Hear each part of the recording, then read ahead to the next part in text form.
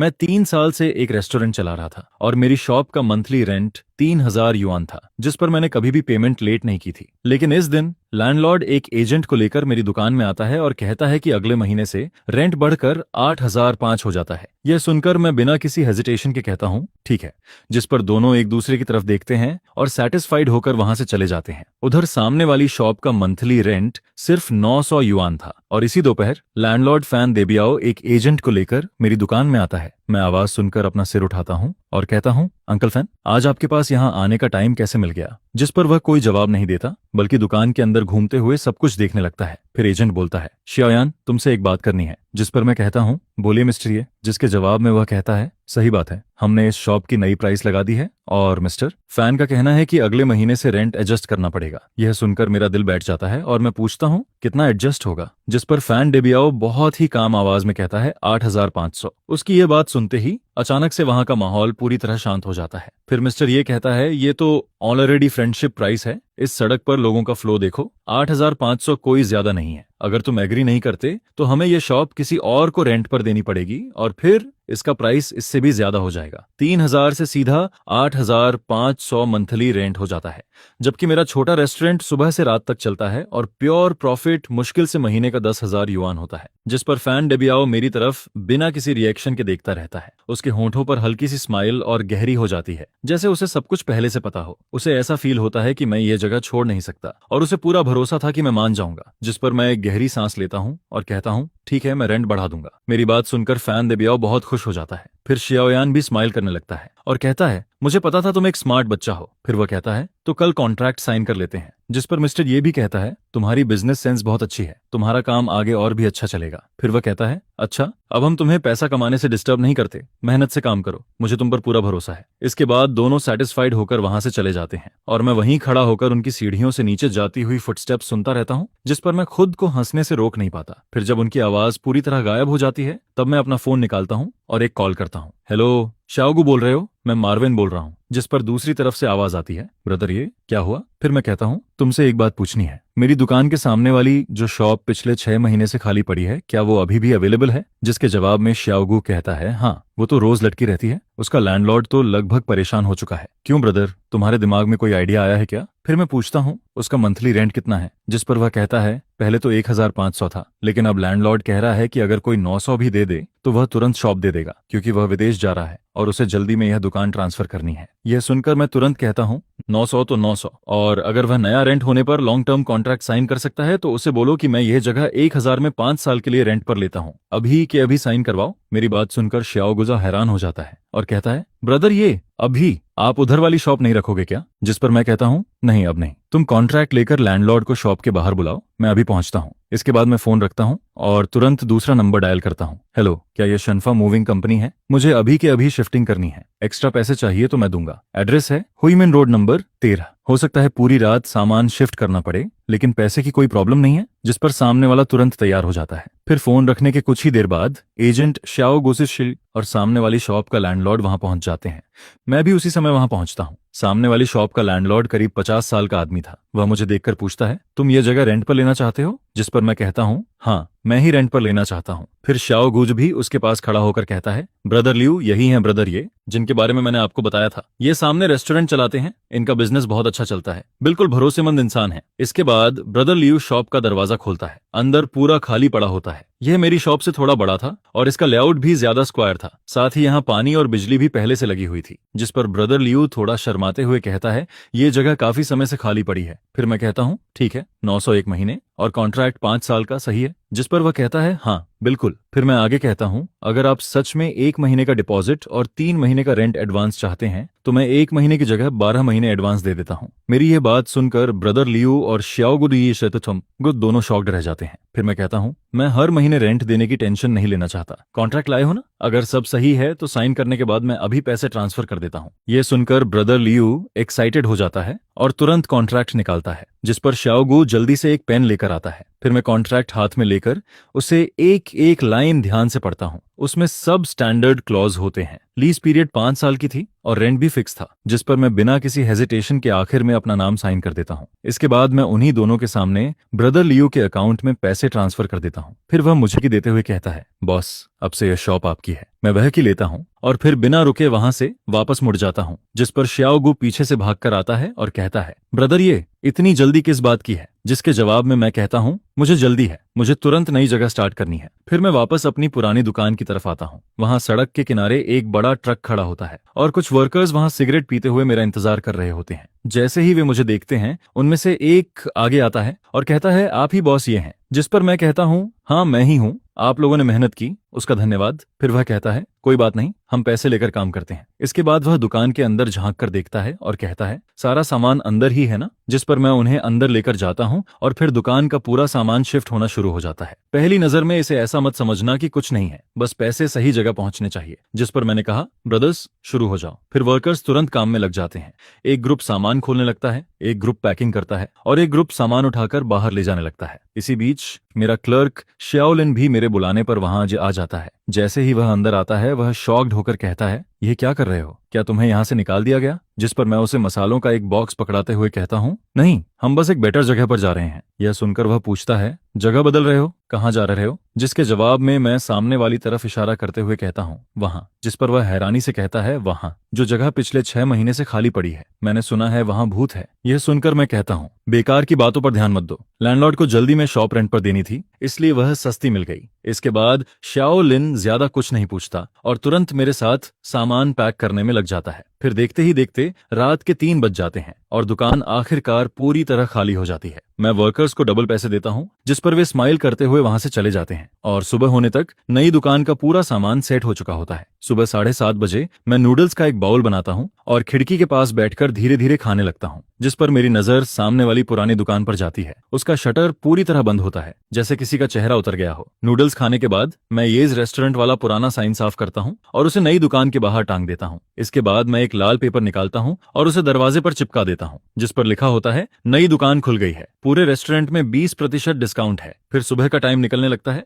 लेकिन सामने वाली दुकान का शटर अब तक नहीं खुलता। कुछ देर बाद अचानक वहां से शटर उठने की आवाज आती है, जिस पर फैन डेबियाओ शटर ऊपर करता है और फिर अंदर देखते ही पूरी तरह स्टंड रह जाता है, क्योंकि अंदर कुछ भी नहीं होता। वह यकीन नहीं कर पाता और तुरंत दुकान के अंदर भागता है। फिर वह पूरा चक्कर लगाता है और दोबारा बाहर निकल आता है। इसके बाद वह अपना फोन निकालता है। ऐसा लगता है जैसे वह मुझे कॉल करना चाहता हो, लेकिन तभी वह सिर उठाकर सड़क के उस पार देखता है और उसकी नजर मुझ पर पड़ती है। मैं अपनी नई दुकान के बाहर खड़ा होता हूँ, हाथ में गर्म चाय का कप लिए हुए, और उसे बिल्कुल शांत होकर देख रहा होता हूँ। जिस पर उसकी नजर धीरे धीरे मेरे सिर के ऊपर लगे पुराने साइन पर जाती है और फिर दरवाजे पर लगे उस लाल पेपर पर टिक जाती है। यह देखकर उसका चेहरा वहीं का वहीं जम जाता है। इसी बीच मेरी नई दुकान का पहला कस्टमर आ जाता है। वह पास वाली कॉलोनी में रहने वाली आंटली होती है। वह हर सुबह मेरे यहाँ नूडल्स खाने आती है। आंटली मेरी नई दुकान को देखकर हैरान हो जाती है और कहती है, श्योये, तुम यहाँ शिफ्ट हो गए? जिस पर मैं स्माइल करते हुए कहता हूँ, हाँ आंटली, यहाँ जगह ज्यादा बड़ी है और आज 20% डिस्काउंट भी है, लेकिन आपके लिए वही पुराना रेट रहेगा। ये सुनकर आंटली कहती है, डिस्काउंट की क्या जरूरत है? तुम जहां भी जाओगे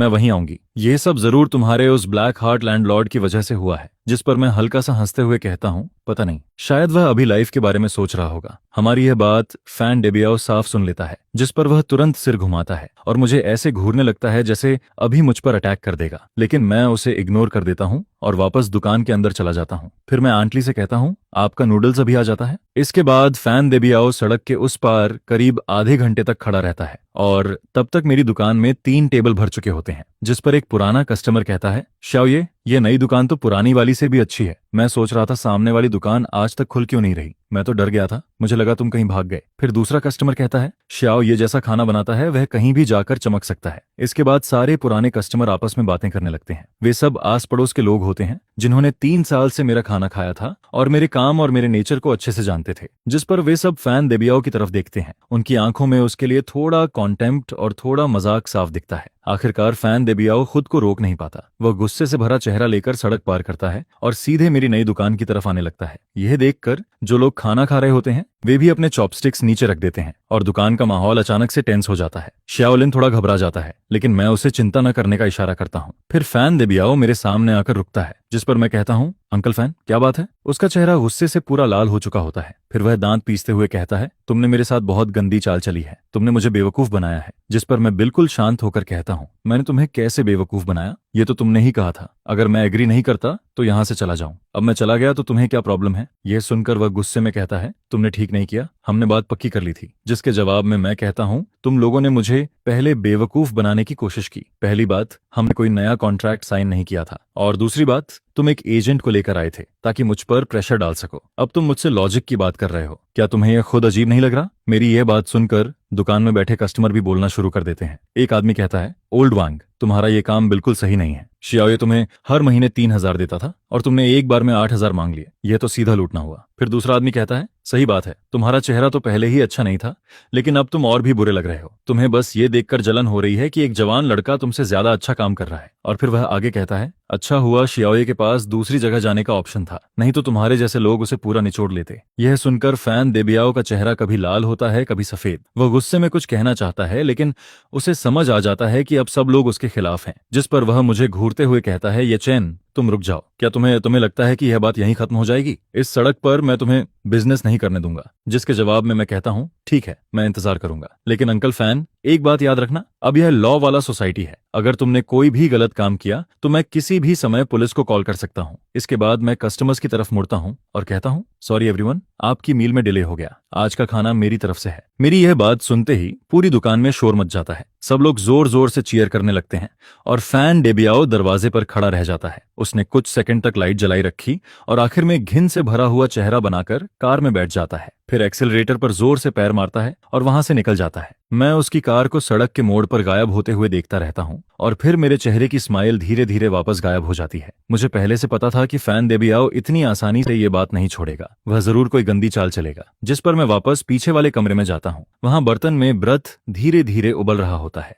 और उसे देखते हुए मेरी आंखें धीरे धीरे ठंडी होने लगती हैं। फिर मैं मन ही मन कहता हूँ, जो भी करना है कर लो, अगर खेल खेलना है तो मैं भी आखिर तक खेलूंगा। नई दुकान का बिजनेस बहुत तेज चलने लगता है और इसी वजह से मेरी छोटी सी दुकान अचानक से इंटरनेट पर फेमस चेक इन पॉइंट बन जाती है, जिस पर कई दिनों तक दुकान पूरी तरह भरी रहती है। शाओलिन इतना बिजी हो जाता है कि उसे सांस लेने का भी टाइम नहीं मिलता। फिर मजबूरी में मैं एक आंट को काम पर रखता हूँ जो कस्टमर्स को खाना सर्व करती है, तब जाकर हम किसी तरह काम संभाल पाते हैं। उधर उस दिन बुरी तरह बेइज्जत होकर जाने के बाद फैन डेबियाओ दोबारा कभी मेरी दुकान के सामने दिखाई नहीं देता, लेकिन मैंने सुना था कि उसने अपनी पुरानी शॉप फिर से एजेंट को दे दी है और इस बार वह उसका रेंट 10,000 युआन मांग रहा है। जिस पर एजेंट भी हैरान हो जाता है, लेकिन फैन डेबियाओ को पूरा यकीन होता है कि अगर मेरा बिजनेस इतना अच्छा चल सकता है तो यह जगह भी इतनी ही कीमती है। उसे ऐसा फील होता है कि जल्दी ही कोई दूसरा आदमी आएगा और मेरी तरह वह भी उस दुकान को लेने के लिए तैयार हो जाएगा। लेकिन कई दिन बीत जाते हैं और उन दिनों में उसकी शॉप देखने तक कोई नहीं आता। वहां किसी एक इंसान की परछाई तक नहीं दिखती,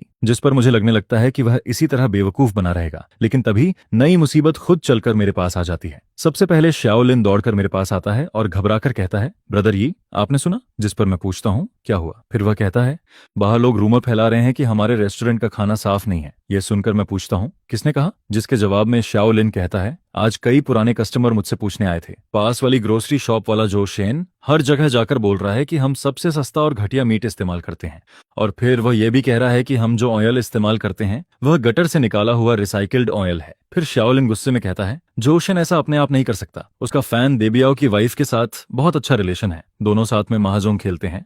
और कुछ लोग तो ये भी बोल रहे हैं कि आपको फैन देबियाओ ने नहीं निकाला, बल्कि आप कई महीनों का रेंट नहीं दे पाए, इसलिए उसने आपको भगा दिया। और लोग ये भी कह रहे हैं कि आपका कैरेक्टर अच्छा नहीं है। ये सुनकर शाओलिन और ज्यादा गुस्से में आ जाता है और कहता है, इतनी बेकार बातें कौन मानेगा, ये तो बहुत ज्यादा हो गया। लेकिन मैं सब सुनकर समझ जाता हूँ, फैन डेबियाओ खुद सामने आने की हिम्मत नहीं कर रहा, इसलिए उसने अपनी वाइफ को आगे कर दिया है। और इस तरह की गंदी चाल सिर्फ वही लोग सोच सकते हैं। जिस पर उसी दोपहर फैन डेबियाओ की वाइफ शी यूफेन खुद मैदान में उतर आती है। वह सड़क के किनारे छोटी छोटी दुकानों के सामने खड़ी होकर अपनी कुछ जान पहचान वाली औरतों को साथ लेकर हर जगह मेरे बारे में बुरा बोलने लगती है। फिर वह जोर जोर से कहती है, अरे मैं तुम्हें बताती हूँ, उस रेस्टोरेंट वाले पर बिल्कुल भरोसा मत करना। उसके इंग्रेडिएंट्स सब सड़े हुए होते हैं। वह सब्जी मंडी से फेंकी हुई सब्जियां उठाकर लाता है और उसकी दुकान भी मेरी थी। हमने उस पर दया करके उसे जगह दी थी, लेकिन उसने पूरी दुकान गंदी और खराब कर दी। फिर वह रेंट भी नहीं देता था और आखिर में चुपचाप भाग गया। उसकी यह बात सुनकर कुछ ऐसे लोग जो सच नहीं जानते थे वे रुक जाते हैं और क्यूरियोसिटी में मेरी दुकान की तरफ देखने लगते हैं। उसी समय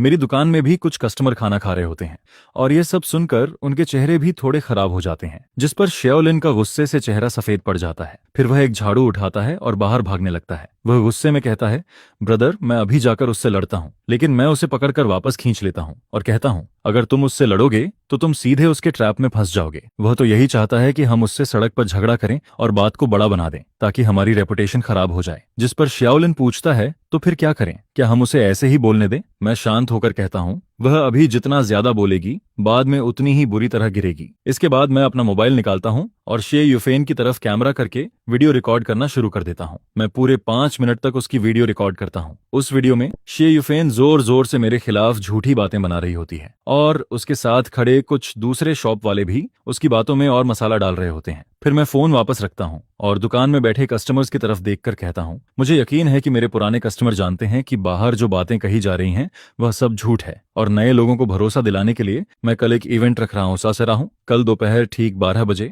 हमारी किचन आधे घंटे के लिए सबके लिए खुली रहेगी। मैं चाहता हूँ कि आप सब अंदर आकर खुद देखें कि हम कौन सा राइस, कौन से नूडल्स, कौन सा ऑयल और कौन सा मीट इस्तेमाल करते हैं। मेरी दुकान में हर चीज साफ है और मैं पूरी ऑनेस्टी के साथ काम करता हूँ। मेरी यह बात सुनकर एक पुराना कस्टमर कहता है, शाओये, हमें तुम पर पूरा भरोसा है, कल मैं जरूर आऊंगा। फिर दूसरा आदमी कहता है, और मैं अपने पड़ोसियों को भी साथ लाऊंगा ताकि उन लोगों को दिखा सकें कि असली साफ सफाई किसे कहते हैं। जिस पर दुकान का माहौल अचानक से गर्म हो जाता है और सभी लोग मेरा सपोर्ट करने लगते हैं। उधर सड़क के उस पार खड़ी शे युफेन हमें देखकर गुस्से में मुंह बनाती है और फिर अपनी औरतों को लेकर वहां से चली जाती है। मैं उसकी दूर जाती हुई पीठ को देखता हूँ और मेरे होंठों पर हल्की सी ठंडी स्माइल आ जाती है। फिर मैं मन ही मन कहता हूँ, शे युफेन फैन देबियाओ, तुम्हें लगता है कि यह सब यहीं खत्म हो गया? असली खेल तो अभी बाकी है। और अगले दिन मेरी किचन ओपन इवेंट पूरी सड़क पर सबसे बड़ी खबर बन जाती है। मैं पहले ही कई दर्जन लीफलेट छपवा चुका होता हूँ और उन लीफलेट पर कुछ ज्यादा नहीं लिखा होता, बस एक लाइन लिखी होती है,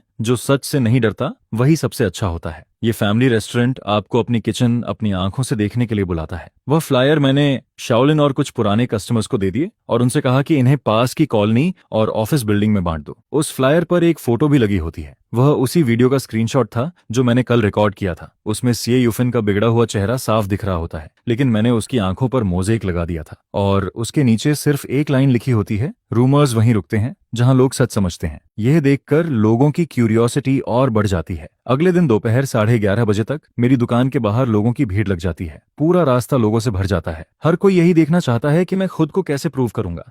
जिस पर फैन देबियाओ और शे युफेन भी वहां आ जाते हैं। दोनों भीड़ के बाहर खड़े होते हैं और उनके चेहरे साफ नहीं दिख रहे होते। फिर ठीक 12 बजे मैं समय पर किचन का दरवाजा खोल देता हूँ और कहता हूँ, सभी लोग वेलकम हैं, आप सब मेरी बैक किचन देख सकते हैं। कल रात मैंने पूरी किचन साफ की थी। वह इतनी साफ होती है कि जैसे उसमें चेहरा दिख जाए। फर्श पूरी तरह सूखा और साफ होता है। स्टेनलेस स्टील का स्टोव और काम करने वाली टेबल पर जरा सा भी डस्ट नहीं होता। दीवार पर हमारे एम्प्लॉयज के हेल्थ सर्टिफिकेट लगे होते हैं और कोने में डस्टबिन भी साफ सुथरे तरीके से रखे होते हैं। इसके बाद मैं सबको एक एक चीज दिखाना शुरू करता हूँ। फिर मैं कहता हूँ, यह हमारा राइस है, नॉर्थ ईस्ट वुचंग राइस, और यह हमारा ऑयल है, एक बड़ा ब्रांड नॉन जीएमओ। उसकी खरीदने की रिसीट भी दीवार पर लगी होती है, आप सब खुद देख सकते हैं। फिर मैं कहता हूँ, यह रिसीट कल की है और यह पोर्क है जो आज सुबह ही आया है। आप इसका कलर और इसकी इलास्टिसिटी देख सकते हैं। इसके बाद मैं सब्जियों की तरफ इशारा करता हूं और कहता हूं, मैं जो भी वेजिटेबल्स इस्तेमाल करता हूं उन्हें कम से कम 3 बार साफ पानी से धोया जाता है। यह सुनकर एक आदमी कहता है, यह किचन तो मेरे घर से भी ज्यादा साफ है। शाओये सच में बहुत ध्यान रखने वाला इंसान है। फिर दूसरा आदमी कहता है, अब मुझे बिल्कुल चिंता नहीं है, अब मैं यहाँ रोज खाना खाऊंगा। लेकिन तभी भीड़ में से एक औरत कहती है, यह सब बोलने से क्या होता है, कौन जाने तुम आज बस दिखावा कर रहे हो। जिस पर दूसरी औरत तुरंत कहती है, सिस्टर जांग, यह बात सही नहीं है, मैं यहाँ 3 साल से खाना खा रही हूँ और मुझे कभी कोई प्रॉब्लम नहीं हुई। फिर मैं सबकी तरफ देखकर कहता हूँ, शायद आप सोच रहे होंगे कि मैंने यह सब क्यों किया, क्योंकि कल सड़क पर एक बहुत उत्साही लेडी ने मेरे बारे में बहुत कुछ कहा था। जिस पर मैं अपना फोन निकालता हूँ और कल वाली वीडियो चला देता हूँ। फिर वीडियो में शे युफेन की तेज और खराब आवाज साफ सुनाई देने लगती है। वह बोल रही होती है कि मैं सड़ी हुई सब्जियां इस्तेमाल करता हूँ और मार्केट से फेंकी हुई चीजें उठाकर लाता हूँ। यह सुनते ही वहां अचानक पूरी तरह शांति छा जाती है और फिर सबकी नजर धीरे धीरे भीड़ के बाहर खड़े फैन देबियाओ और शे युफेन पर चली जाती है। जिस पर मैं वीडियो बंद करता हूँ और शांत आवाज में कहता हूँ, सभी लोग देख लीजिए, यही इन रूमर्स की शुरुआत है। फिर मैं सबकी तरफ देखता हूँ और आखिर में मेरी नजर फैन देबियाओ और शे युफेन पर जाकर रुक जाती है। इसके बाद मैं कहता हूँ, मैं यहाँ 3 साल से बिजनेस कर रहा हूँ और मुझे फील होता है कि मैंने हमेशा अपनी कॉन्शियस के हिसाब से काम किया है, लेकिन क्योंकि मैंने इनकी ज्यादा रेंट वाली बात नहीं मानी, इसलिए इन्होंने अपनी वाइफ को भेजकर मुझे बदनाम करने की कोशिश की। फिर मैं लोगों से पूछता हूँ, क्या आपको ये सही लगता है? मेरी ये बात सुनते ही भीड़ अचानक गुस्से में भर जाती है। एक आदमी कहता है, ये तो बहुत ज्यादा गलत है। फिर दूसरा आदमी कहता है, यह तो पूरी तरह बेकार बात है। और तीसरा आदमी कहता है, तो असली बात यह थी, खुद का काम नहीं चला तो अब दूसरे को नुकसान पहुंचा रहे हैं। कितने शर्म की बात है। इसके बाद लोग फैन डेबियाओ और शी युफेन को जोर जोर से बुरा बोलने लगते हैं, जिस पर फैन डेबियाओ तुरंत अपनी वाइफ का हाथ पकड़ता है और दोनों वहां से भाग जाते हैं। उस दिन के बाद मेरी छोटी सी दुकान और भी ज्यादा फेमस हो जाती है और लोग उसे साफ सफाई और भरोसे की जगह मानने लगते हैं। उसी दोपहर एक जवान लड़का सामने वाली फैन डेबियाओ की दुकान देखने आता है। वह वहां मिल्क टी शॉप खोलना चाहता था, लेकिन जब उसे पूरी बात पता चलती है तो वह सिर हिलाता है और कहता है कि ऐसे लैंडलॉर्ड के साथ काम करना बहुत डरावना है। फिर वह बिना कुछ बोले वहां से चला जाता है, जिस पर मैं सामने वाली उस दुकान का बंद शटर देखता हूँ, जो अब भी पहले की तरह बंद पड़ा होता है। उसे देखकर मेरे मन में एक अजीब सी शांति आती है। फिर मैं मन ही मन कहता हूँ, फैन डेबियाओ, तुम्हारा नुकसान अभी बस शुरू हुआ है। किचन ओपन डे के अगले दिन मेरी दुकान के बाहर बहुत लंबी लाइन लग जाती है, जिस पर शाओलिन बाहर खड़ा होकर लाइन संभाल रहा होता है। इसी बीच एक आदमी अंदर आता है। वह मास्टरमा होता है, जिसकी ओल्ड शॉप मेरी पुरानी दुकान के बगल में थी। वह एक बार्बर शॉप चलाता था और वह भी फैन डेबियाओ का टेनेंट था। वह मुझे देखते ही कहता है, मैं तुम्हारा शुक्रिया करने आया हूँ। जिस पर मैं हैरानी से पूछता हूँ, मेरा शुक्रिया क्यों? फिर वह कहता है, तुमने हमारी तरफ से भी ये बदला लिया है। वह फैन डेबियाओ सच में बहुत खराब इंसान है। वह मेरा रेंट भी 2000 से बढ़ाकर 4500 करना चाहता था और मैं एक छोटी सी बार्बर शॉप से इतना पैसा कहाँ से लाता? फिर वह कहता है, मैंने बहुत देर तक उससे बात की, तब जाकर उसने मुझे 3 महीने और दिए। लेकिन इन दिनों मैं इतना परेशान था कि मुझे रात को नींद तक नहीं आती थी। यह सुनकर मुझे तुरंत समझ आ जाता है कि फैन डेबियाओ मुझे एग्जाम्पल बनाना चाहता था। अगर मैं उसकी बात मान लेता तो बाकी टेनेंट भी डर जाते और फिर वह सबसे ज्यादा रेंट मांगता। फिर मास्टरमा कहता है, सिर्फ मैं ही नहीं, हार्डवेयर शॉप वाले लाओली और छोटे सुपरमार्केट वाले ब्रदर झाओ के साथ भी यही हुआ है। हम सब छोटे दुकानदार हैं। अगर वह ऐसे करेगा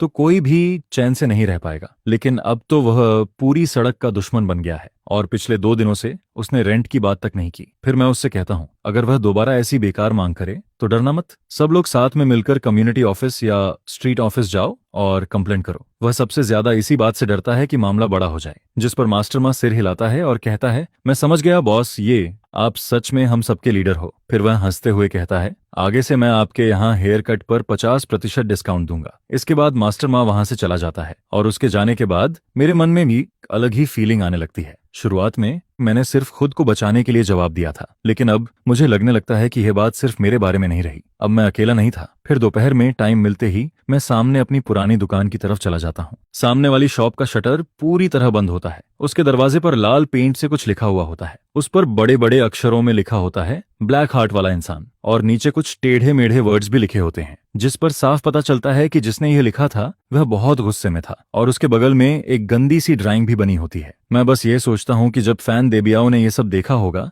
तब उसका चेहरा कैसा हुआ होगा। इसके बाद अगले कुछ दिनों में उसकी शॉप पूरी सड़क पर मजाक बन जाती है। फिर मैंने सुना कि उसने रेंट वापस घटाकर 3000 युआन कर दिया, लेकिन इसके बाद भी उसकी दुकान देखने कोई नहीं आता। जिस पर वह आदमी जो इतने सालों से सिर्फ हाउसेस कलेक्ट करके पैसा कमाता था, अब अपनी ही शॉप खाली देखकर परेशान होने लगता है। और जब उसकी शॉप रेंट पर नहीं जाती और उसका नाम पूरी तरह खराब हो जाता है, तब उसे अपनी गलती का एहसास होने लगता है। मुझे लगा था कि अब वह यहीं रुक जाएगा, लेकिन मैं यह नहीं समझ पाया था कि एक इंसान कितना नीचे गिर सकता है। एक रात जब मैं देर रात दुकान बंद करने वाला होता हूँ, तभी शाओलिन दौड़ते हुए आता है। वह घबराकर कहता है, ब्रदर, गड़बड़ हो गई। मैं अभी कूड़ा फेंकने गया था और मैंने फैन डेबियाओ को बाहर फोन पर बात करते हुए सुना। जिस पर मैं पूछता हूँ, क्या बोल रहा था? फिर शाओलिन कहता है, वह कह रहा था कि वह हमारी शिकायत करेगा। यह सुनकर मैं पूछता हूँ, किस बात की शिकायत? जिसके जवाब में वह कहता है, वह बोल रहा था कि हमारी हाइजीन ठीक नहीं है और फूड सेफ्टी में प्रॉब्लम है, और फिर वह ये भी कह रहा था कि ऊपर उसके जानने वाले लोग हैं और वह हमें सबक सिखाएगा। यह सुनकर मैं दुकान के बाहर आता हूँ और थोड़ी दूर एक कोने में फैन डेबियाओ को फोन पर गुस्से से बात करते हुए देखता हूँ। उसका चेहरा बहुत खराब होता है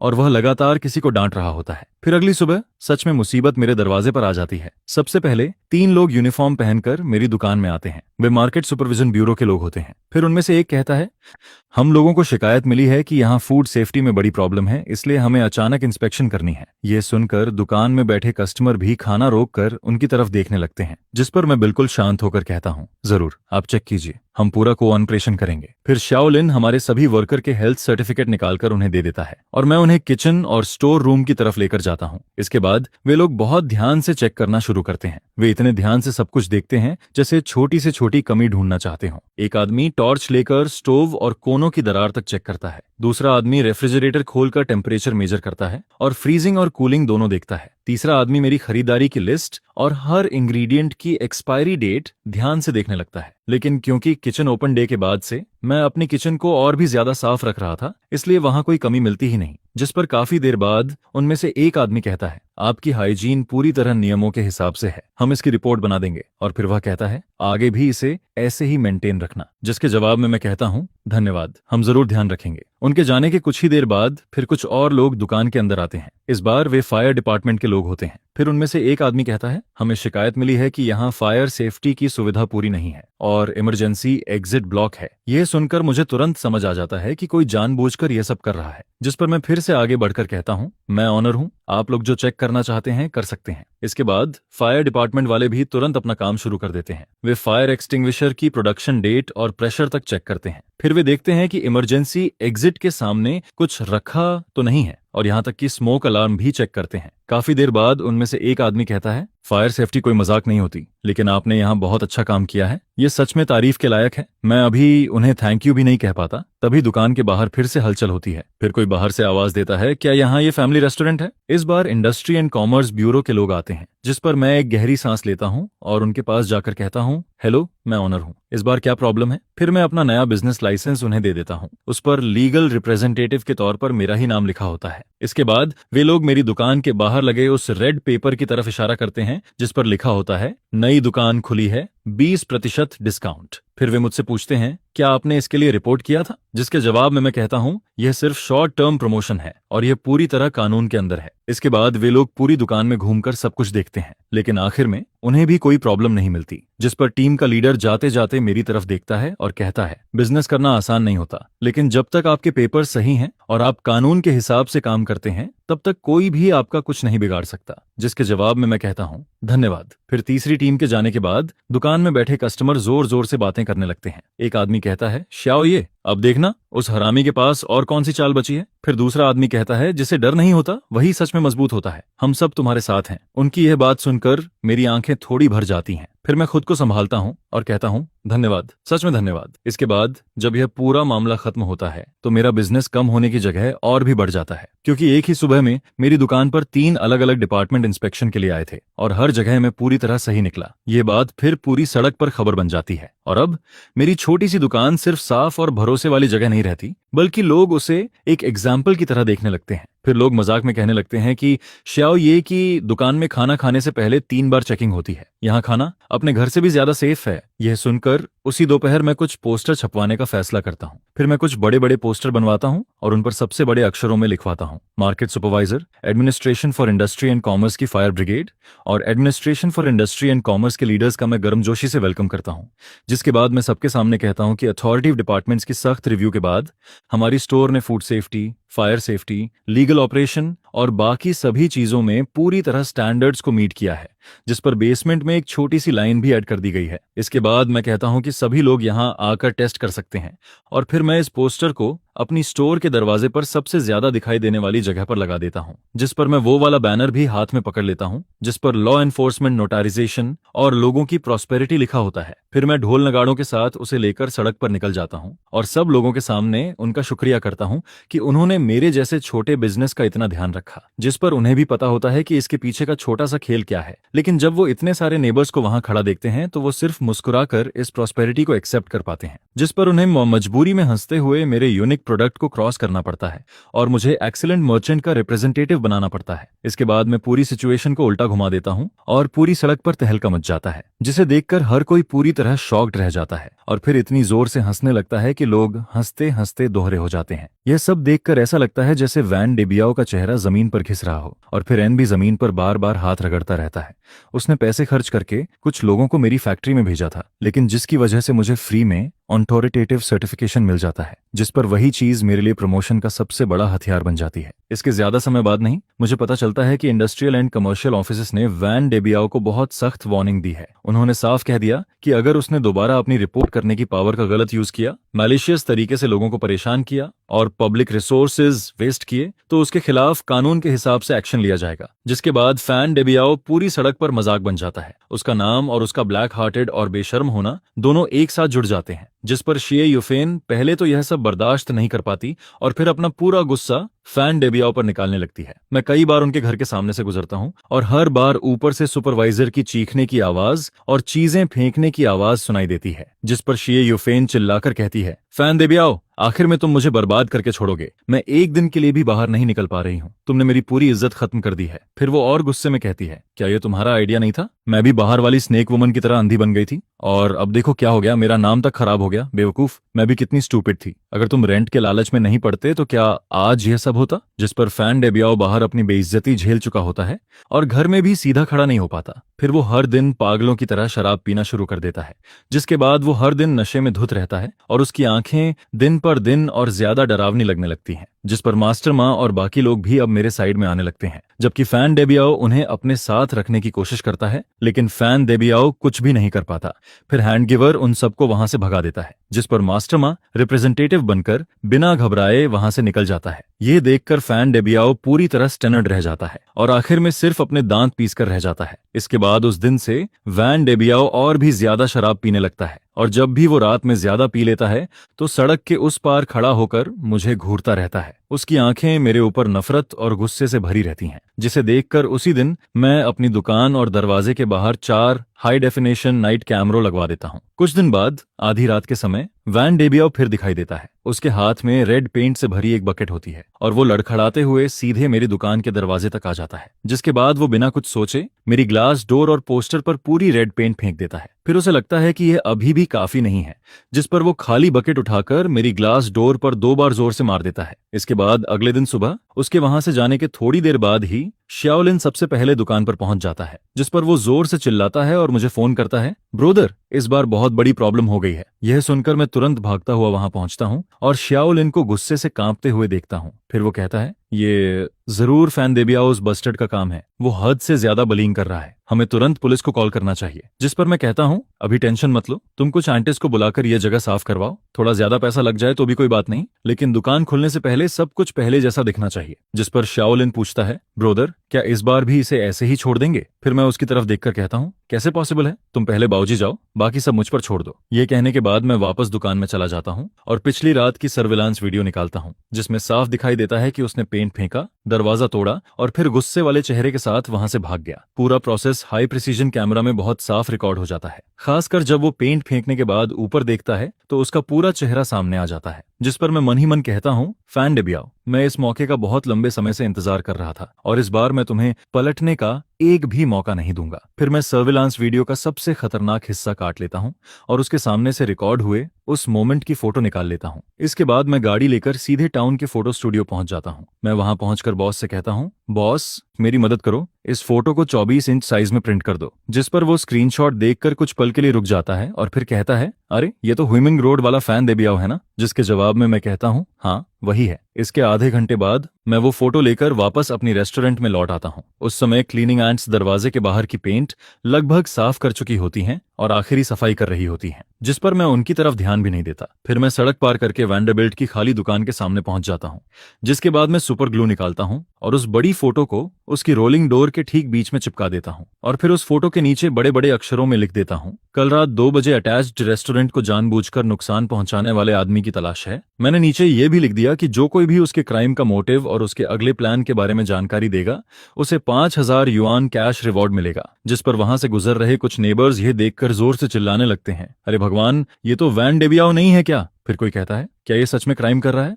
देखो तो सही, इतने समय बाद इसके क्राइम वाली फोटो इसके अपने घर के दरवाजे पर लगी हुई है। अब तो इसे अपनी इज्जत की भी परवाह नहीं रही। जिस पर यह खबर पंख लगाकर पूरे इलाके में फैल जाती है और आधे घंटे से भी कम समय में वैन डेबियाओ की दुकान के सामने लोगों की भीड़ लग जाती है। सब लोग खड़े होकर हंस रहे होते हैं, बातें कर रहे होते हैं और उसे देखकर मजाक उड़ा रहे होते हैं। जिस पर इस समय तक वैन डेबियाओ की रेपुटेशन पूरी तरह खराब हो चुकी होती है। और उसी समय मैं धीरे से अपना फोन निकालता हूँ और 110 डायल कर देता हूँ। फिर मैं कहता हूँ, हेलो पुलिस स्टेशन, मैं कंप्लेंट करना चाहता हूँ। कल रात किसी ने मेरी दुकान को जानबूझकर तोड़ा है। मेरे पास पूरी सर्विलांस फुटेज है और मैंने सस्पेक्ट की पहचान भी कर ली है। जिसके जवाब में सामने से कहा जाता है, ठीक है, आप वेट कीजिए। और फिर करीब 10 मिनट बाद 2 हैट वाले अंकल वहां पहुंच जाते हैं। जिस पर मैं पूरी वीडियो वाला यूएसबी ड्राइव उनमें से एक अंकल को दे देता हूं और कहता हूं, यही प्रूफ है। फिर मैं उन्हें बस बताता हूं, सस्पेक्ट सामने वाली बिल्डिंग में रहता है, तीसरी मंजिल पर, रूम 302 में। ये सुनकर दोनों अंकल सैकड़ों नेबर्स की नजरों के सामने सीधे उस बिल्डिंग में चले जाते हैं जहां वैन डेबियाओ रहता है। और ज्यादा देर नहीं लगती, फिर थोड़ी देर बाद वो वैन डेबियाओ को पकड़कर बाहर ले आते हैं। जिस पर वैन डेबियाओ अपनी वही बदसूरत शक्ल को, जो 1000 गुना बड़ी करके उसकी दुकान के दरवाजे पर चिपकाई गई होती है और जिसे देखकर हर कोई उसका मजाक उड़ा रहा होता है, देखते ही पूरी तरह टूट जाता है। उसकी आखिरी हिम्मत भी खत्म हो जाती है और उसके पैर तक कांपने लगते हैं। जबकि मैं अपनी दुकान के सामने खड़ा होकर यह सब ठंडे चेहरे से देखता रहता हूँ। लगभग 1 महीने से चल रही यह लड़ाई आखिरकार यहीं खत्म हो जाती है। इसके बाद जब वैन डेबियाओ को वहां से ले जाया जाता है तो पूरा माहौल अचानक शांत हो जाता है। पुलिस की गाड़ी की फ्लैशिंग लाइट्स सड़क के मोड़ पर गायब हो जाती हैं और वहां खड़े लोग भी धीरे धीरे वापस जाने लगते हैं। लेकिन हवा में अभी भी उसी गुस्से और डिस्कशन का माहौल बना रहता है, जिस पर अगले कुछ दिनों तक वैन डेबियाओ पूरे इलाके में लोगों के बीच सबसे बड़ा टॉपिक बना रहता है। जबकि मैं शांति से शाओलिन से कहता हूँ, गेस्ट्स आने वाले हैं, दुकान खोलने की तैयारी करो। जिस पर शाओलिन पूछता है, ब्रोदर, क्या हम आज भी दुकान खोलेंगे? जिसके जवाब में मैं कहता हूँ, क्यों नहीं खोलेंगे? आसमान भी टूट पड़े तब भी हमें खाना तो खाना ही है। हमारा काम है कि सब लोग यहाँ आकर अच्छे से खाना खाएं। यह सुनकर शाओलिन जोर से सिर हिलाता है और तुरंत काम में लग जाता है। फिर आधे घंटे बाद हमारी रेस्टोरेंट हमेशा की तरह समय पर खुल जाती है, जैसे वह पूरा तमाशा कभी हुआ ही नहीं था। लेकिन सब लोग अंदर ही अंदर समझ रहे होते हैं कि अब सब कुछ पहले जैसा नहीं रहा। उसी दिन दोपहर में मुझे पुलिस स्टेशन से कॉल आता है और मुझे वहां जाकर स्टेटमेंट देने के लिए कहा जाता है। जिस पर मैं दुकान शाओलिन को सौंप देता हूं और अकेला पुलिस स्टेशन चला जाता हूं। वहां जाकर मैं शुरुआत से सब कुछ बता देता हूं, लॉन्ग टर्म रेंट से लेकर झूठी रूमर्स तक, जानबूझकर कराई गई रिपोर्ट्स तक और आखिर में पिछली रात पेंट फेंकने और दरवाजा तोड़ने तक। फिर पुलिस मुझसे कहती है, वैन डेबियाओ ने जानबूझकर आपकी प्रॉपर्टी को नुकसान पहुंचाया है, जिसकी वैल्यू 5000 युआन से ज्यादा है, इसलिए यह केस ऑफिशियली दर्ज किया जाएगा। जिस पर वो आगे कहते हैं, हम उसे कानून के हिसाब से डिटेन करेंगे और फिर प्रोसिक्यूटर ऑफिस भेजेंगे। बाद में आपको विक्टिम के तौर पर कोर्ट में भी आना पड़ सकता है। जिसके जवाब में मैं कहता हूं, मैं पूरा कोऑपरेट करूंगा। और फिर पुलिस स्टेशन से बाहर निकलने के बाद मैं गहरी सांस लेता हूं, जिस पर मुझे लगता है कि पिछले कई दिनों से मेरे सीने में जमा सारा बोझ आखिरकार खत्म हो गया है। फिर करीब आधे घंटे बाद जैसे ही मैं अपनी दुकान के सामने पहुंचता हूं, वहां पहले से खड़े लोगों का एक ग्रुप मेरी तरफ दौड़कर आ जाता है। जिस पर सबसे पहले मास्टर माँ मेरा हाथ पकड़ लेता है और एक्साइटेड होकर कहता है, बॉस, ये हमने सब सुन लिया, आपने बहुत अच्छा किया। आपने हम सबके लिए और पूरी सड़क के लिए यह किया है। फिर शियाओयान भी कहता है, बॉस, ये आगे कभी भी कुछ हो बस एक बार बोल देना, हम लोग हमेशा आपके साथ खड़े रहेंगे। जिस पर मैं हल्का सा मुस्कुराता हूं और कहता हूं, सब लोग इतना सीरियस मत हो, मैंने बस वही किया जो मुझे करना चाहिए था। आगे से सब लोग आराम से और सेफली अपना बिजनेस करो, इससे बेहतर कुछ नहीं है। फिर मैं कहता हूं, अंदर चलो, आज मैं सबको ट्रीट देता हूं। यह सुनकर सब लोग मेरे साथ दुकान के अंदर चले जाते हैं और कुछ ही देर में वहां हंसी और बातों की आवाजें भर जाती हैं। फिर वैन डेबियाओ की डिटेंशन के तीसरे दिन शियुफेन मेरी दुकान पर आ जाती है। उसका चेहरा बहुत थका हुआ और कमजोर लग रहा होता है।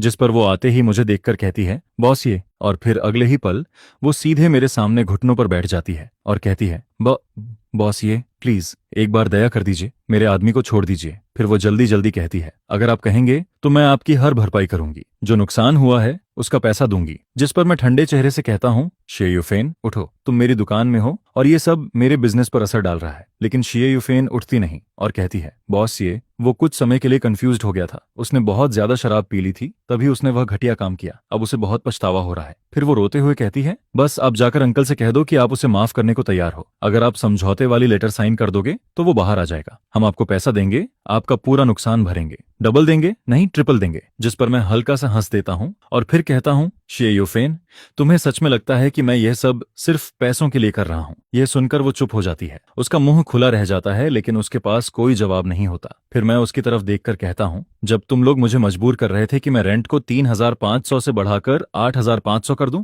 तब तुम्हें सिर्फ पैसों की पड़ी थी। जब तुम बाहर जाकर ये रूमर्स फैला रही थी कि मैं गटर ऑयल और सड़ी हुई सब्जियों का यूज करता हूँ, तब तुमने ये नहीं सोचा कि तुम मेरी रेपुटेशन खराब कर रही हो। और जब उसने मैलिसियस रिपोर्ट करके मेरी दुकान बंद करवाने की कोशिश की और मुझे बैंकरप्ट करने की कोशिश की, तब उसने एक बार भी नहीं सोचा कि मेरे लिए कोई रास्ता छोड़े, जिस पर अब वो मेरी दुकान पर आकर मेरा दरवाजा तोड़ देता है। और तुम मुझसे कह रही हो कि वो बस कुछ समय के लिए कंफ्यूज्ड था। यह सुनकर शिए यूफेन का चेहरा और ज्यादा सफेद पड़ने लगता है। फिर मैं उसकी तरफ देखकर कहता हूँ, ये बात मेरी उसे माफ करने या ना करने की नहीं है। उसने कानून तोड़ा है और जो उसे मिलना चाहिए वो कानून की सजा और सीख है, ना कि मेरी माफी। मेरी माफी की कोई वैल्यू नहीं है और ना ही उससे वो बच सकता है। यह सुनकर शिए यूफेन की आंखें अचानक बदल जाती हैं। फिर वो दांत भींचकर कहती है, तो क्या तुम हम सबको खत्म करना चाहते हो? मरविन, तुम बहुत क्रूअल हो, तुम्हें इसका बदला मिलेगा। जिसके जवाब में मैं ठंडे चेहरे से कहता हूँ, मुझे नहीं पता मुझे बदला मिलेगा या नहीं, लेकिन मुझे इतना पता है कि उसका बदला उसके पास पहुंच चुका है। अब मेरी दुकान से बाहर निकल जाओ, नहीं तो मैं पुलिस को बुला दूंगा। इसके बाद एक रियल एस्टेट कंपनी का मैनेजर,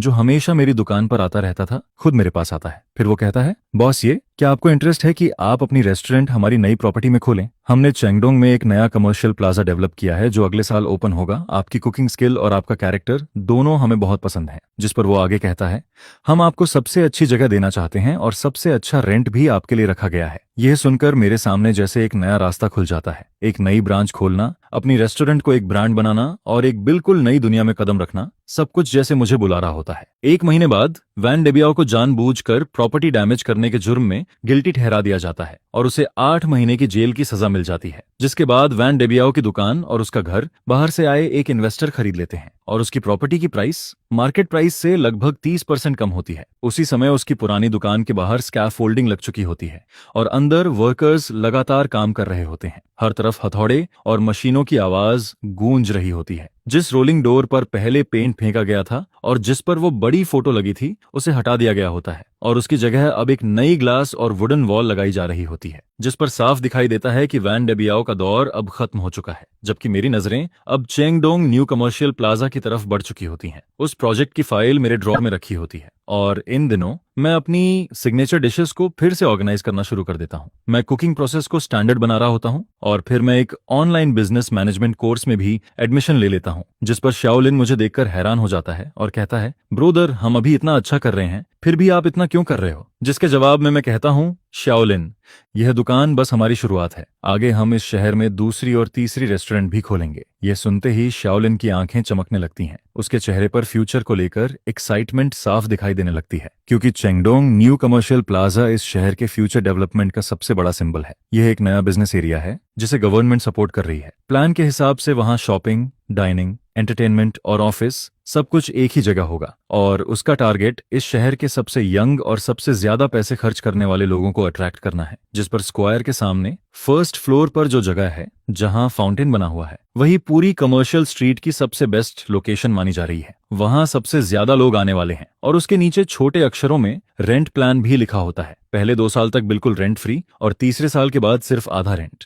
जिस पर मैनेजर चेन मुझसे कहता है, उन्हें सिर्फ आपकी कुकिंग नहीं पसंद आई, उन्हें आपकी रेप्यूटेशन भी पसंद आई है और उस पूरे हंगामे के दौरान आपने जो स्टबर्ननेस और स्मार्टनेस दिखाई थी, वही उन्हें सबसे ज्यादा पसंद आई। उन्हें आपके जैसे ऐसे मर्चेंट की जरूरत है जिसके पास अपनी स्टोरी हो और जिसके बारे में लोग बात करें, क्योंकि आपकी रेस्टोरेंट अब एक तरह से इस इलाके की पहचान बन चुकी है। लेकिन मेरे दिल में यह बात साफ होती है कि चाहे यह एक अपॉर्चुनिटी हो, लेकिन ह्यूमन रोड पर मैं नेबर्स की सपोर्ट और 3 साल में कमाए गए भरोसे के दम पर यहां तक पहुंचा हूं। अब एक नई जगह पर, नए बिजनेस एनवायरनमेंट में, जहां लोग ज्यादा पिकी होंगे और कंपटीशन भी बहुत ज्यादा होगा, वहां मुझे फिर से सब कुछ शुरू करना पड़ेगा। और सबसे बड़ा सवाल यह होता है कि मैं अपनी रेस्टोरेंट को कैसे कॉपी करूं, क्योंकि मेरी सबसे बड़ी ताकत यह है कि हर डिश का टेस्ट, हर मसाले का रेशियो मेरे दिमाग और मेरे हाथों में है। लेकिन अगर मुझे नई ब्रांच खोलनी है तो मुझे अपने हाथों की स्किल को एक ऐसे सिस्टम में बदलना पड़ेगा जिसे कोई भी सीख सके, कॉपी कर सके और उसी तरह फॉलो कर सके, जिस पर मैं हर डिश को डिटेल में लिखना शुरू कर देता हूँ। कितनी क्वांटिटी में इंग्रेडिएंट्स डालने हैं, सब्जी कितनी बड़ी काटनी है, किस ऑर्डर में कुकिंग करनी है, कितनी देर तक पकाना है और आखिर में सॉस का 1 स्पून कब डालना है, सब कुछ। मैं हर चीज की एग्जैक्ट क्वांटिटी लिखता हूँ। कुछ चीजों को तौल कर रखा जाता है और कुछ डिशेस के लिए टाइमर तक यूज किया जाता है। यह देखकर शाओलिन हैरान होकर कहता है, ब्रोदर, क्या आप केमिस्ट्री एक्सपेरिमेंट कर रहे हो? जिसके जवाब में मैं हंसकर कहता हूँ, आज से तुम मेरे पहले स्टूडेंट हो। आगे चलकर मैं ये पुरानी दुकान तुम्हें सौंप दूंगा और तुम्हें इसी स्टैंडर्ड के हिसाब से बिल्कुल मेरे जैसा सेम टेस्ट बनाना सीखना होगा। ये सुनते ही शियाओ लिन की आंखों में एक अलग ही चमक आ जाती है। फिर वो उन पेजेस को हाथ में पकड़कर जोर से सिर हिला देता है। लेकिन सिर्फ स्टैंडर्डाइजेशन काफी नहीं है, मुझे ऐसे नए शेफ्स भी चाहिए जो पूरी किचन को संभाल सकें, क्योंकि किसी भी रेस्टोरेंट की फाउंडेशन शेफ जितनी ही इंपॉर्टेंट होती है। जिस पर मैं इंडस्ट्री में आने वाली रिक्रूटमेंट इन्फॉर्मेशन पर ध्यान देना शुरू कर देता हूं और अपने कुछ फूड सप्लायर से भी कहता हूं कि अगर कोई अच्छा आदमी मिले तो मुझे बताएं। उस समय चेंगडोंग की कंस्ट्रक्शन साइट पर हर तरफ ऊंचे टावर क्रेन और स्कैफोल्डिंग लगे हुए होते हैं। हवा में सीमेंट और मिट्टी की स्मेल फैली होती है, लेकिन मैं कंस्ट्रक्शन साइट के सामने खड़ा होकर उस बिल्डिंग को देखता रहता हूं जो धीरे धीरे शेप ले रही होती है, और उसे देखकर मेरे दिल में भी एक नई गर्मी उठने लगती है। क्योंकि वैन डेबियाओ मुझे खत्म करना चाहता था, लेकिन गलती से उसी ने मेरे लिए एक बड़ी दुनिया का दरवाजा खोल दिया और मेरी जिंदगी अब उस ऊंचाई की तरफ बढ़ रही होती है जिसके बारे में मैंने कभी इमेजिन भी नहीं किया था। 1.5 महीने बाद मैं ऑफिशियली चेंगडोंग न्यू कमर्शियल प्लाजा के डेवलपर के साथ दूसरी लीज साइन कर देता हूं, और साइनिंग वाले दिन मैनेजर चेन खुद वहां मौजूद होता है और साथ में कुछ लोकल मीडिया वालों को भी बुलाता है। जिस पर मैनेजर चेन सबके सामने कहता है, बॉस, ये ह्यूमन रोड का नाम है, ये एक लोकल बिजनेस है और इनकी स्टोरी हमारे समय के छोटे लोगों की स्पिरिट को दिखाती है। जिसके बाद जब ये न्यूज बाहर जाती है तो मैं एक बार फिर पूरे इलाके में लोगों के बीच चर्चा का टॉपिक बन जाता हूँ। हर तरफ यही बात होने लगती है कि मेरा चेंगडोंग में ब्रांच खुलने वाला है। जिस पर कई नेबर्स कहते हैं, श्याओ ये तो सच में बहुत आगे निकल गया, अब तो वह चेंगडोंग में भी ब्रांच खोलने जा रहा है। फिर कोई और कहता है, सोना जहां भी जाता है चमकता जरूर है, लेकिन आगे अगर हमें तुम्हारा बनाया हुआ खाना खाना हुआ तो क्या हमें इतनी दूर जाना पड़ेगा? यह सुनकर मैं मुस्कुराता हूँ और एक एक करके सबको समझाता हूँ, अंकल आंटी आप लोग चिंता मत करो, यह पुरानी दुकान कभी बंद नहीं होगी, ये हमेशा हुइमिन रोड का हमारा बेस कैंप रहेगी और इसे मैं शाओलिन को सौंप दूंगा, बिल्कुल पहले जैसा। जिस पर शाओलिन का नाम आते ही मुझे याद आता है कि पिछले कुछ समय में उसने बहुत तेजी से प्रोग्रेस की है। उसने अपना लगभग पूरा फ्री टाइम किचन में बिताया है। एक सिंपल टोमेटो एग भी वो प्रोसेस के हिसाब से दर्जनों बार बनाता है जब तक उसका कलर और टेस्ट बिल्कुल मेरे जैसा ना हो जाए। जिस पर मैं उसका फोकस्ड चेहरा देखता हूँ और मुझे लगता है जैसे मैं कुछ साल पहले खुद को देख रहा हूँ जब मैंने पहली बार यह दुकान शुरू की थी। और फिर मैं फैसला कर लेता हूं कि जब नई दुकान खुल जाएगी और सब कुछ ठीक से चलने लगेगा तब मैं इस पुरानी दुकान का 30% हिस्सा शाओलिन को दे दूंगा। इसी दौरान शेफ का मामला भी फिक्स हो जाता है। एक इंग्रेडिएंट सप्लायर मुझे जुआंग क्वांग नाम के एक लड़के के बारे में बताता है। उसकी उम्र 26 साल होती है और वो शहर के एक 5 स्टार होटल में सूस शेफ का काम करता है, लेकिन वो लोगों से ज्यादा बात नहीं कर पाता और होटल में हमेशा दबा रहता है, जिस पर उसे कभी प्रमोशन नहीं मिल पाता। फिर मैं उसे मिलने के लिए बुलाता हूँ और सीधे उसे किचन में ले जाता हूँ, जिसके बाद मैं उसके सामने एक डिश बनाता हूँ और उसे टेस्ट करने को देता हूँ। फिर मैं स्पून उसके हाथ में देता हूँ और कहता हूँ कि अब वही डिश दोबारा बनाओ, जिस पर वो सिर्फ एक बार मुझे काम करते हुए देखता है और लगभग सब कुछ समझ जाता है। दूसरी बार जब वो वही डिश बनाता है तो उसका टेस्ट लगभग मेरे जैसा होता है और तीसरी बार वो डिश की प्रेजेंटेशन में थोड़ा इंप्रूवमेंट भी कर देता है, जिससे खाना और ज्यादा अच्छा दिखने लगता है। यह देखकर मैं तुरंत उससे कहता हूँ, अगले महीने से तुम यहाँ काम करोगे, तुम्हारी बेसिक सैलरी अभी की सैलरी से 20% ज्यादा होगी और जब नई दुकान ओपन हो जाएगी तब तुम्हें 5% प्रॉफिट भी मिलेगा। लेकिन सिर्फ एक कंडीशन है, तुम्हें हर चीज बिल्कुल मेरे स्टैंडर्ड के हिसाब से करनी होगी। ये सुनकर जुआंग क्वांग मेरी तरफ देखता है और फिर बहुत एक्साइटेड होकर कहता है, थैंक यू बॉस, ये आप चिंता मत करो, मैं आपको कभी डिसअपॉइंट नहीं करूंगा। जिस पर धीरे धीरे सब कुछ सही डायरेक्शन में जाने लगता है। टीम के मेन लोग अब तैयार हो चुके होते हैं, स्टैंडर्ड प्रोसेस भी तय हो चुका होता है और नई दुकान की डिजाइन ड्राइंग भी डेवलपर की तरफ से भेज दी जाती है। सभी काम प्रोफेशनल डिजाइनर कर रहे होते हैं और मैं लगातार फ्यूचर के लिए बिजी रहता हूँ। जब मैं इतना बिजी हो जाता हूँ कि मुझे दिन और रात का फर्क तक महसूस नहीं होता, उसी समय हुइमिन रोड की पुरानी बातें भी धीरे धीरे पीछे छूटने लगती हैं। जिस पर सामने वाले नए मालिक ने वैन डेबियाओ की पुरानी दुकानों को मिलाकर एक एक्सप्रेस होटल बना दिया होता है। उसका काम बहुत तेजी से चल रहा होता है। हर दिन स्कैफोल्डिंग कम होती जा रही होती है और उसके पीछे से नई ग्रे बिल्डिंग और बड़ी ग्लास विंडोजेस दिखाई देने लगती हैं, जिसे देखकर पूरा होटल काफी शानदार लगता है। कभी कभी मैं मास्टर माँ और उन पुराने टेनेंट्स को सड़क के किनारे खड़ा देखता हूँ जो पहले वैन डेबियाओ की दुकान में रेंट पर रहते थे। वो सब उस नए होटल को देखते रहते हैं और आपस में धीरे धीरे कुछ बातें करते रहते हैं, जिस पर मैं समझ जाता हूँ कि वो सब यही सोच रहे हैं कि समय कितनी जल्दी बदल जाता है। और देखते ही देखते पूरे 8 महीने गुजर जाते हैं, जिस पर सामने वाला एक्सप्रेस होटल खुले हुए भी 2 महीने हो चुके होते हैं होटल का बिजनेस बहुत अच्छा चल रहा होता है और उसकी वजह से पूरी सड़क का लेवल भी पहले से बेहतर हो जाता है। साथ ही मेरी छोटी दुकान में भी पहले से ज्यादा लोग आने लगते हैं। इसी दौरान मेरा नया शेफ भी पूरी तरह हमारी टीम का हिस्सा बन जाता है।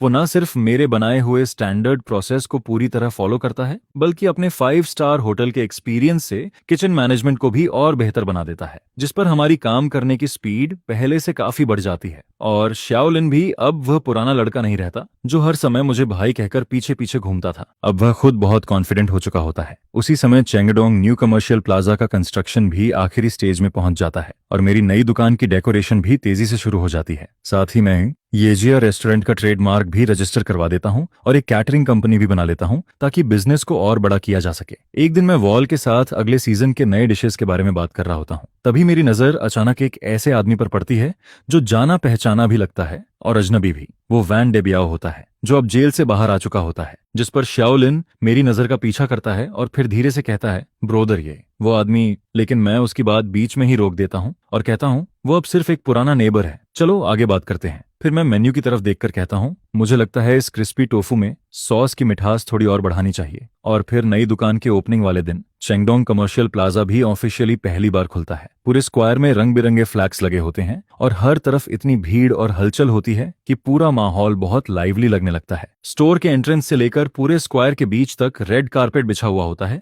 जो देखने में बहुत शानदार लग रहा होता है। और फिर मैं फॉर्मल कपड़ों में रिबन कटिंग सेरेमनी में सीधा खड़ा रहता हूँ, जिस पर जब बोलने की मेरी बारी आती है तो मैं गहरी सांस लेता हूँ और फिर कहना शुरू करता हूँ, हेलो एवरीवन, मेरा नाम ये चेन है। बहुत से लोग मुझे जानते हैं, लेकिन शायद मेरे खाने की वजह से नहीं बल्कि कुछ और बातों की वजह से। जिस पर मैं हल्का सा मुस्कुराता हूँ और फिर कहता हूँ, लेकिन आज यहाँ खड़े होकर मैं चाहता हूँ कि आप लोग मुझे और मेरी दुकान को फिर से जानो। येजिया रेस्टोरेंट में कोई सीक्रेट नहीं है, यहाँ सिर्फ 2 चीजें हैं, पहली कॉन्शियंस और दूसरी टेस्ट बमारिगोस। हुइमिन रोड की उस छोटी सी दुकान से जहां सिर्फ 60 टेबल थे लेकर आज चेंगडोंग की इस नई दुकान तक, ये दोनों चीजें कभी नहीं बदलेंगी। Thank you. सुबह 10:18 पर रिबन कटिंग खत्म हो जाती है और नई दुकान का दरवाजा ऑफिशियली खुल जाता है, जिसके बाद कस्टमर्स एक के बाद एक अंदर आने लगते हैं। किचन के अंदर एक जैसे यूनिफॉर्म पहने हुए 8 शेफ्स अपने अपने काम में लगे रहते हैं। कोई काट रहा होता है, कोई इंग्रेडिएंट्स तैयार कर रहा होता है, कोई कुकिंग कर रहा होता है और कोई डिश सर्व कर रहा होता है, जिस पर पूरा किचन एक मशीन की तरह परफेक्टली काम कर रहा होता है। और जो स्टैंडर्ड प्रोसेस मैंने पहले बनाया था वही अब उनके हाथों का सबसे बड़ा हथियार बन चुका होता है, जिस पर कोई भी गलती नहीं होती।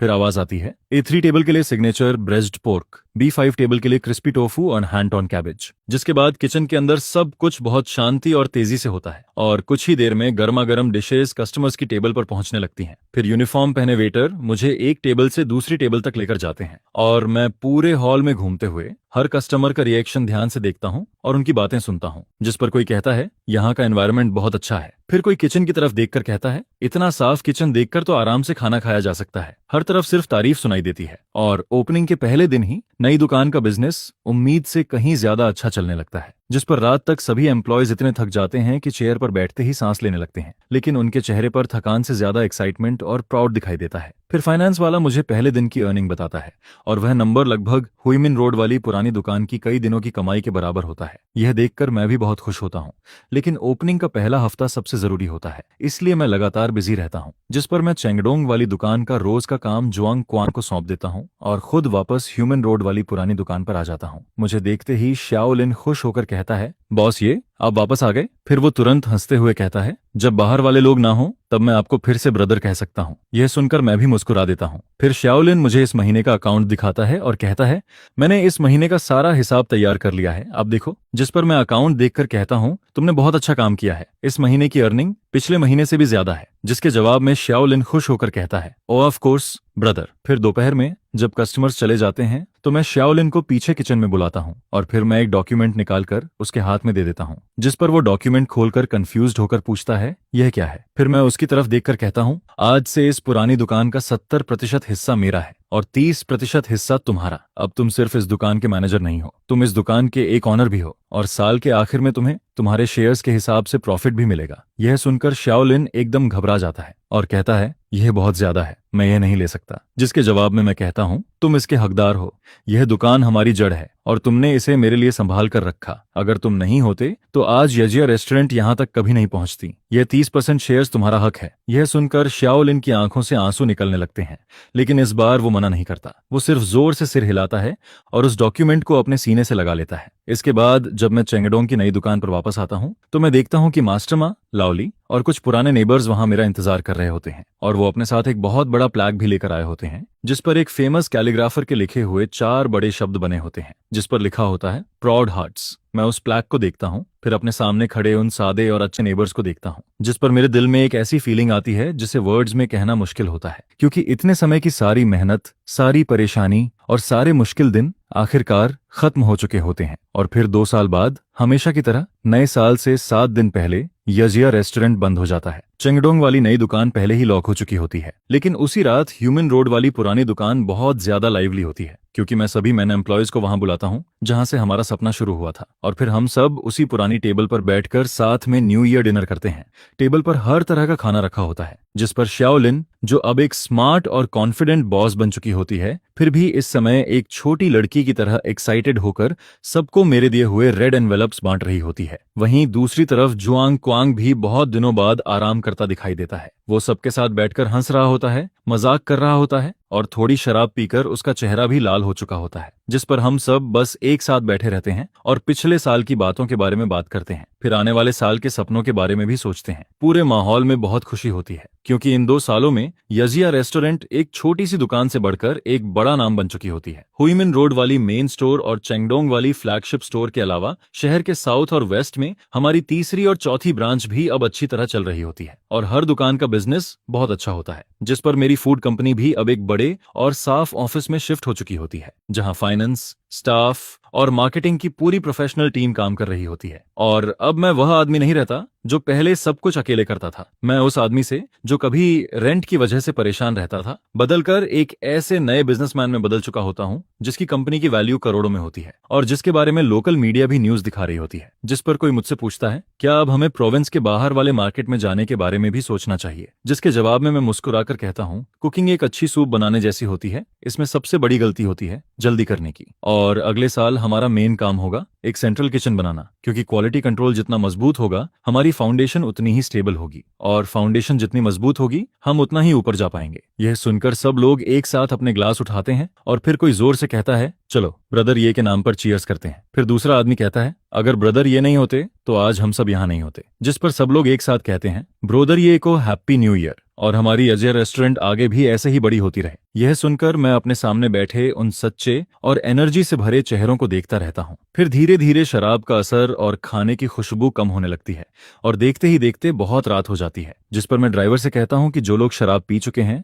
उन्हें सेफली घर छोड़ दे, लेकिन मैं खुद वहीं रुक जाता हूँ। फिर मैं धीरे से विंडो के पास जाता हूँ और उसे खोल देता हूँ, जिसके बाद नए साल की ठंडी हवा अंदर आने लगती है। मैं खामोशी से बाहर देखने लगता हूँ। दूर आसमान में एक के बाद एक फायरवर्क्स फूट रहे होते हैं, जिनकी रोशनी से पूरी सिटी चमक रही होती है, जिस पर ऐसा लगता है जैसे पूरी रात सफेद रोशनी में बदल गई हो। फिर मैं सड़क के उस पार बने होटल की तरफ देखता हूँ। वो होटल अब शांत, साफ और मॉडर्न दिखाई देता है। फेस्टिवल की लाइट्स में वो और भी अलग लग रहा होता है, लेकिन वहां अब वैन डेबियाओ का कोई नाम, कोई निशान नहीं बचा होता, जिस पर ऐसा महसूस होता है जैसे वह आदमी और उसके साथ जुड़ी सारी पुरानी बातें कभी यहाँ थी ही नहीं। 3 साल पहले मैं इसी जगह खड़ा होकर हर महीने 5,000 युआन रेंट बढ़ने की चिंता कर रहा था, और अपने लैंडलॉर्ड की वजह से पूरी तरह फंस चुका था। लेकिन 3 साल बाद मैं इसी जगह पर खड़ा होता हूँ और मेरे पास 4 रेस्टोरेंट्स और एक बड़ी केटरिंग कंपनी होती है, जिस पर मुझे समझ आता है कि मुझे यहाँ तक नफरत या गुस्से ने नहीं पहुंचाया, बल्कि मुझे यहाँ तक लाया मेरे टेस्ट पर भरोसे ने, मेरी कॉन्शियंस ने, और उस लाइफ के लिए प्यार ने, जो सबसे मुश्किल समय में भी कभी खत्म नहीं हुआ। फिर मैं बाहर चमकते हुए फायरवर्क्स को देखता हूँ, जिस पर मेरे चेहरे पर धीरे धीरे एक मुस्कान आ जाती है,